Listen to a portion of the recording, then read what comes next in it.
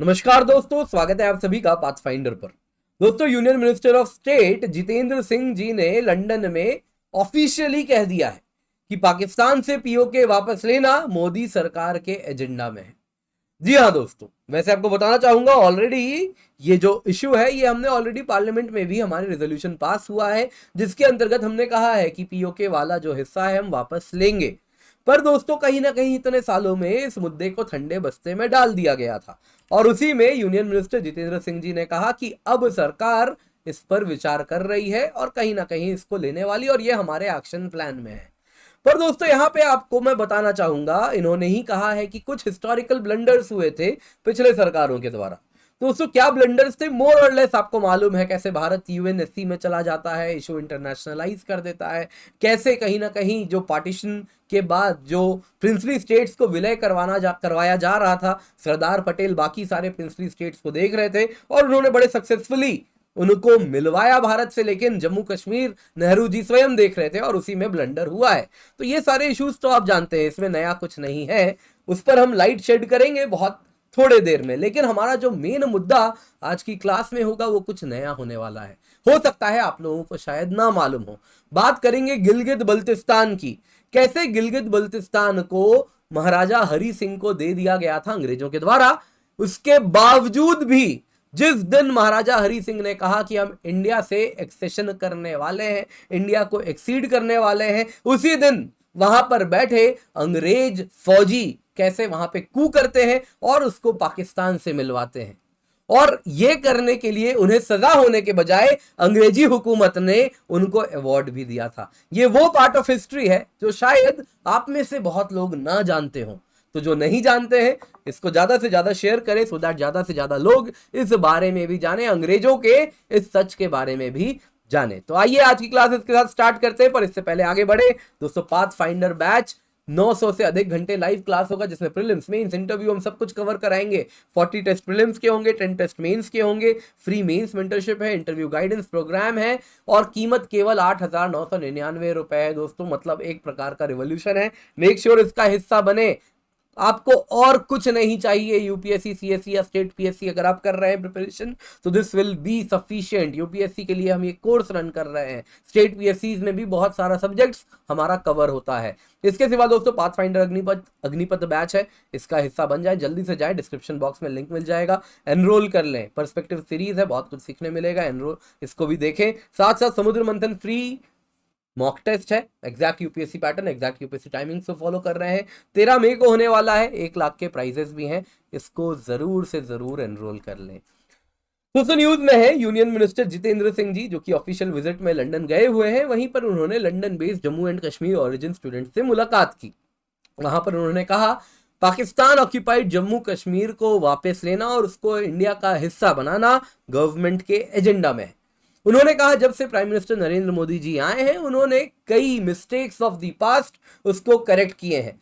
ये लेगेसी थे जो सक्सेसिव गवर्नमेंट्स 1947 से आती गई, लेकिन ये मिस्टेक्स रेक्टिफाई नहीं हुए।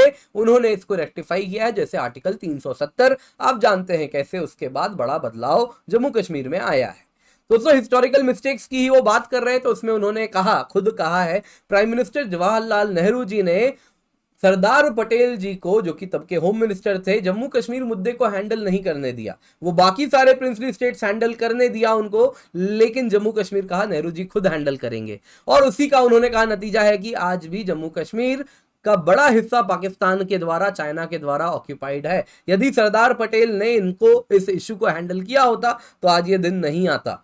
दोस्तों, आप सभी जानते हैं कैसे पाकिस्तान एक प्रकार से अपने फौजियों को जम्मू कश्मीर में भेज देता है under the guys of local rebellion, और इस प्रकार से आप अगर देखें तो वहां पर इशू मुद्दा उठता है। उसके बाद इंडियन फौज जाती है वहां पे और इनको खदेड़ खदेड़ के पीछे भगाना शुरू ही करती है। इतनी देर में इंडिया यूएनएससी में चला जाता है और तब से यूएनएससी रिजोल्यूशन आ जाता है कि जो जहां पर है वहीं पर रहे, और इस वजह से इंडिया का बड़ा हिस्सा, जम्मू कश्मीर का बड़ा हिस्सा पाकिस्तान हथिया लेता है और हम बस देखते रह जाते हैं। और इसी में चाइना भी कल को एक बड़ा हिस्सा कुछ दिनों बाद पाकिस्तान से एज अ गिफ्ट ले जाता है। किसकी बात कर रहे हैं अभी बता रहा हूं। तो दोस्तों, बात शुरू होती है पाकिस्तान की ही बात करते हैं। थोड़ा सा आपको एक ओवरव्यू देता हूं, फिर हम बात करेंगे यूके की, कैसे ब्रिटेन ने हमारे साथ दगाबाजी की है। दोस्तों 1947 की बात थी जब पाकिस्तान ने इलीगली जम्मू कश्मीर का बड़ा हिस्सा ऑक्यूपाई कर लिया था। दोस्तों जम्मू कश्मीर के जिस हिस्से को उन्होंने ऑक्यूपाई किया वो दो बड़े रीजन है। एक उसमें से अगर आप देखें तो ये वाला रीजन है जो कि कुछ गिलगित बल्तिस्तान के नाम से जाना जाता है, और दूसरा ये वाला रीजन है दोस्तों यहाँ पे जिसको आप देखें तो आजाद जम्मू कश्मीर के नाम से पाकिस्तान बुलाता है। तो ये दो हिस्सों को उन्होंने पाकिस्तान ने कैप्चर कर लिया था, और इसके बाद से ये वाला जो रीजन है दोस्तों यहाँ पे दिस इज शाक्सगाम वैली, इसको पाकिस्तान ने चाइना को गिफ्ट भी कर दिया था। तो इस प्रकार से आप अगर देखें दोस्तों तो कहीं ना कहीं पाकिस्तान ने इलीगली बड़ा हिस्सा ऑक्यूपाई करके रखा है। गिलगित बल्तिस्तान की बात करें तो पाकिस्तान ने आज भी इस रीजन को कॉन्स्टिट्यूशन पाकिस्तान का वहां पर लागू नहीं होता है। इस वजह से वहां पे पॉलिटिकल, लेजिस्लेटिव, जुडिशियल राइट्स लोगों के पास नहीं है। वहां पे शिया पॉपुलेशन है, तो पाकिस्तान ने डेमोग्राफिक चेंजेस वहां पे किए हैं, सेक्टेरियन वायलेंस होता है आए दिन, इकोनॉमिक कोअर्जन होता है। तो ये सारी पाकिस्तान की इंजस्टिस है जो आज इन इलाकों से हो रही है, और इसी वजह से लोग भी वहां की आवाज उठा रहे हैं कि अब हमें भारत से विलय करना है, समय आ चुका है। तो अंदर से भी आवाज उठ रही है और भारत भी काफी ज्यादा मजबूती से कह रहा है अब समय आ चुका है। तो दोस्तों अब सवाल उठता है ब्रिटेन का, कैसे ब्रिटेन ने भारत को धोखा दिया। तो दोस्तों पूरी कहानी शुरू होती है ब्रिटिश गवर्नमेंट ने जब पार्टीशन ऑफ इंडिया प्लान 3 जून 1947 को वो अनाउंस करते हैं। 18 जुलाई को इंडियन इंडिपेंडेंस एक्ट पास हो जाता है जिसके अंतर्गत इंडिया और पाकिस्तान कहते हैं वो दो सेपरेट कंट्रीज बनेंगे 15 अगस्त 1947 को। लेकिन इसी में साफ साफ कहा जाता है जो 565 प्रिंसली स्टेट्स हैं इनको इंडिपेंडेंस नहीं दिया जाएगा, इनको ऑप्शन रहेगा कि वो चूज कर सकते हैं कि वो किससे मिलना चाहेंगे, इंडिया से या पाकिस्तान से। दोस्तों 1935 में अब थोड़ा पीछे जाते हैं, 1935 में जाते हैं। तो गिलगित एजेंसी अगर आप देखें तो ये वाला जो रीजन है दोस्तों पूरा का पूरा जम्मू कश्मीर का, ये वाला जो रीजन है दोस्तों this is called as Gilgit agency. तो ये जो रीजन था इसको मैं जूम करके आपको दिखाता हूं। तो ये वाला जो रीजन था दोस्तों यहाँ पे गिलगित वाला रीजन, इसको जब अंग्रेजी हुकूमत थी भारत पे तो इस वक्त 60 साल के लिए महाराजा हरि सिंह जी से इस इलाके को अंग्रेज लीज पर ले लेते हैं। कारण होता है वो कहते हैं बड़ा ही सेंसिटिव लोकेशन है क्योंकि यहां से सोवियत ब्लॉक लग रहा है और उनको हमेशा से डर था कहीं रशियन एग्रेशन ना हो जाए, तो इस रीजन पे वो अपने फौज खड़ा करना शुरू कर देते हैं। तो दोस्तों यहां पे अगर आप देखें तो इस प्रकार से 60 साल तक लीज जाता है, और इसी में वो जो रीजन का एडमिनिस्ट्रेशन होता है वो दिल्ली से होता है। वहां पे ब्रिटिश ऑफिसर्स को तैनात किया जाता है और मिलिट्री फोर्स जिनका नाम होता है गिलगित स्काउट्स उसको रिस्पॉन्सिबिलिटी दी जाती है कि आप इस लोकेशन को, आप इस रीजन को सिक्योर करेंगे, और उसमें जो ऑफिसर्स होते थे वो ब्रिटिश हुआ करते थे। फिर क्या होता है दोस्तों 1935 की ये बात है, लेकिन 60 साल का लीज था, लेकिन जैसे ही उनको समझ आ जाता है तो इंडिपेंडेंस देने वाले हैं, इंपेंडिंग इंडिपेंडेंस है, तो ये लीज को ब्रिटिश टर्मिनेट कर देते हैं और महाराजा रंजीत सिंह जी को 1 अगस्त 1947 को ये रीजन हैंड ओवर कर देते हैं। और इस रीजन के लिए महाराजा रंजीत सिंह ब्रिगेडियर घनसार सिंह जी को अपॉइंट करते हैं कि आप यहाँ के गवर्नर हैं, आप इसको ओवरसी करेंगे। और साथ साथ में गिलगित स्काउट्स के 2 ऑफिसर्स भी उनको लोन किया जाता है। कौन कौन होते हैं? Major W.A. ब्राउन जो आप तस्वीर में देख रहे हैं, और कैप्टन A.S. मैथिसन। अब होता यूं है दोस्तों ये दोनों के दोनों घनसार सिंह जी के अंदर काम करते हैं, लेकिन होते ब्रिटिश अफसर हैं। फिर महाराजा हरि सिंह जी अक्टूबर 31, 1947 को कहते हैं कि हम भारत से एक्सीड करेंगे, यानी कि हम भारत से विलय करने वाले हैं। जैसे ही ये बात अंग्रेजों को पता चलती है सीधा फोन में जाता है, टेलीग्राफ जाता है, जो भी होगा उस समय, कि मेजर ब्राउन को बोल दिया जाता है कि अब काम शुरू करो। क्या काम शुरू करते हैं? वो तुरंत का तुरंत इम्प्रिजन करता है। मेजर ब्राउन जाता है, जाके ब्रिगेडियर घनसार सिंह जी को इम्प्रिजन यानी जेल कर देता है, और अपने British political agent lieutenant colonel Roger Bacon जो कि पेशावर में बैठा होता है उसको इन्फॉर्म कर देता है कि गिलगित पाकिस्तान से एक्सीड करने वाला है। महाराजा हरि सिंह जी ने जो कहा है इंडिया से मिलना है, गिलगित नहीं जाएगा, गिलगित पाकिस्तान के पास जाएगा। नवंबर 2 को, 2 नवंबर को, यानी बस 3 दिन बाद मेजर ब्राउन पाकिस्तानी फ्लैग भी रेज कर देता है अपने गिलगित के हेडक्वार्टर में, और इसके साथ वो कहता है कि अब से हम पाकिस्तान की फौज में सर्विस करेंगे। और तब से महाराजा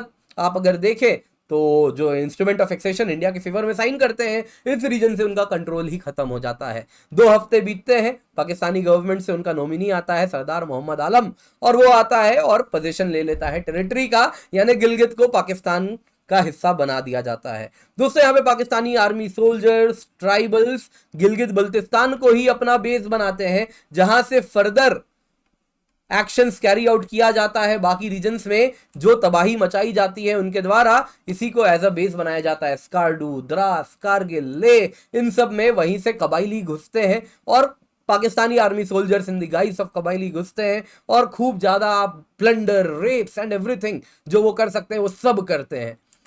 अब दोस्तों यहां पे सवाल उठता है कि ब्रिटिश क्यों सपोर्ट किए पाकिस्तान को। आप सोचेंगे इन दोनों अफसरों ने तो कू किया, ऑर्डर को फॉलो नहीं किया, अपने सीनियर को इंप्रिजन किया, इनको तो जेल होना चाहिए, इनके खिलाफ सजा होनी चाहिए। लेकिन आप देखिए 1948 में क्या होता है। ब्रिटिश गैसेट में किंग एम्परर मोस्ट एग्जॉल्टेड यानी हाईएस्ट ऑर्डर प्रोवाइड करते हैं, हाईएस्ट यानी कि एक प्रकार का अवार्ड देते हैं।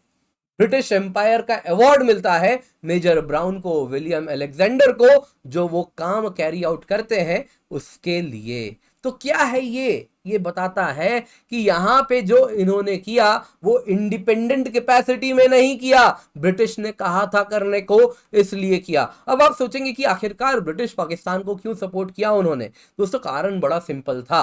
कारण उस टाइम बताया जाता है कि उनको लग रहा था कि जो मुस्लिम मेजॉरिटी रीजन है जम्मू कश्मीर, यदि ये पाकिस्तान के पास नहीं गया तो जो अरब नेशंस है वो बहुत नेगेटिवली इसको देखेंगे और इस वजह से अरब नेशंस ब्रिटिश के साथ खुश नहीं रहेंगे। और यही है ऑयल रिच नेशंस जिनकी आवश्यकता ब्रिटेन को रहने वाली है, तो उनको एंटागोनाइज ना करें, उनको गुस्सा ना दिलवाएं, इसलिए ये हिस्सा पाकिस्तान को दे दिया जाता है। दूसरा कारण ये भी बताया जाता है कि दोस्तों ये दुनिया थी कोल्ड वॉर की, जब यहां तक पूरा का पूरा सोवियत कंट्रोल आ चुका था और इंडिया बहुत बड़ा एंटिटी था, वो जानते हैं ये ओपनली वेस्ट के साथ अलाइन तो नहीं करेगा। तो यहां पे वो सोच रहे थे कि इंडिया को कट ऑफ करना है अगर सोवियत दुनिया से, तो यहां पर ये रीजन पाकिस्तान को हैंडओवर करवा दिया जाए सो दैट इंडिया का कनेक्शन ही ना रहे और इस तरीके से सोवियत दुनिया से भी इसकी कनेक्शन तोड़ी जाए और यहां पे पाकिस्तान बड़ा रोल प्ले कर सकता है और इसलिए इन्होंने इस रीजन को पाकिस्तान को हैंडओवर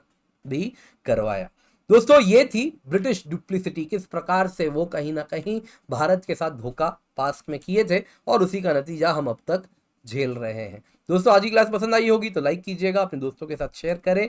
इसके सिवा पाथफाइंडर बैच है, कंप्लीट यूपीएससी सिलेबस कवरेज है दोस्तों, इसके बारे में भी लोगों को बताएं।